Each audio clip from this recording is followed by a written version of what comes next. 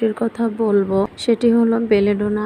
Belladonna রোগীর ফোড়ার চারপাশ লাল বর্ণ প্রদাহিত বেদনা হঠাৎ আসে হঠাৎ চলে যায়। আক্রান্ত স্থান খুব গরম অনুভব হলে বেলেডোনা অব্যর্থ একটি ওষুধ। বেলেডোনা 3x এক মাত্রা করে 2 থেকে 3 ঘন্টা অন্তর সেবনে ফোড়ার ভিতর পুঁজ হলে ফোড়া ফেটে বের হয়ে যায় এবং পুঁজ না জন্মালে ফোড়া আপনা আপনি বসে যায়। ফোড়া রোগের চিকিৎসায় 2 নম্বরে যে মেডিসিনটির কথা বলবো সেটা মাইরিস্টিকা। মাইরিস্টিকায় ক্ষুদ্র বা বৃহৎ ফোড়া তা পুরুস্থ বা পুঁজ হবার পর অত্যন্ত কার্যকরী। মাইরিস্টিকা 3x এক মাত্রা করে 2 থেকে 3 ঘন্টা অন্তর 2-1 দিন সেবনে পুঁজ হবার পূর্বে ফোড়া বসে যায়, আবার পুঁজ হবার পর ফোড়া দ্রুত ফাটাতেও অব্যর্থ কাজ করে। ফোড়া রোগের চিকিৎসায় 3 নম্বরে যে